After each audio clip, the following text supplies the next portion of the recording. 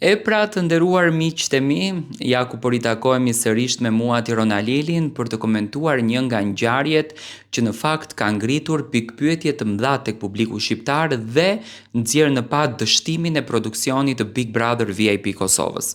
Më vjen keq në fakt që po e them këtë gjën, por në këtë Big Brother sikur dolën gjërat nga kontrolli. Shumë banor kanë bërë hyrë dhe dil, e para ishte shkurta që dolin dhe një jashtë, pastaj hyri në një shtëpi kapsull, i dyti ishte Toni që doli ndenjë jashtë, shkovi në shtëpi, mori informacione edhe u kthye, qëndroi në një shtëpi kapsull dhe hyri brenda.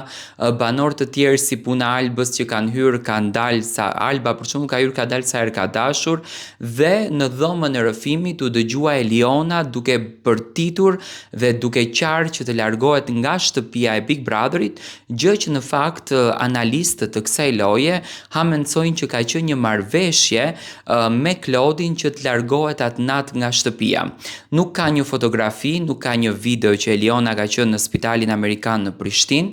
Ajo i tha Londrimit ta të pëlqen aroma e flokëve të mia sepse kishte larë kokën dhe në spitalin amerikan të lash kokën vetëm Elionën kam dëgjuar, por gjithsesi domethënë e pash që ka një diçka që nuk shkon. Ditët të tjera, domethënë ditët e tanishme, Klodiani dhe Londrimi kanë biseduar mes njëri tjetrit dhe vjen një zë i ashpër, një bisedë nga ana e produksionit. Klodian çfarë po thua? E para. E dyta, tani Londrimi i thot Klodit në vesh që Finemi ka rrahur butrin tin dhe bëhet ndërhyrja nga ana e produksionit.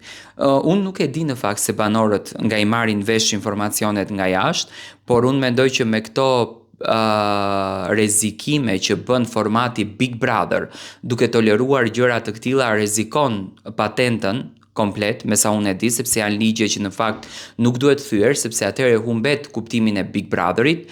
Eliona ndihet shumë e qetë dhe nuk flet fare për Prime-in, edhe pse tha nuk e kam parë, por siç duket ka informacione.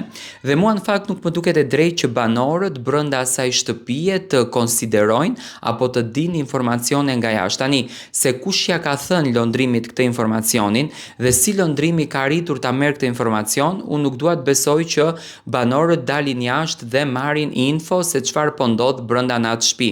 Domethënë dhoma e rrëfimit siç duket është dhoma që ato qëndrojnë me orë të tëra dhe jetojnë në pjesën e jashtme. Edhe pse ne e dim që Big Brotheri ka qenë një izolim. Çfarë mendoni se po ndodh me këtë Big Brother? Apo dështon ky produksion? Në thelb mua më duket se po dështon dhe kjo është më se e dukshme.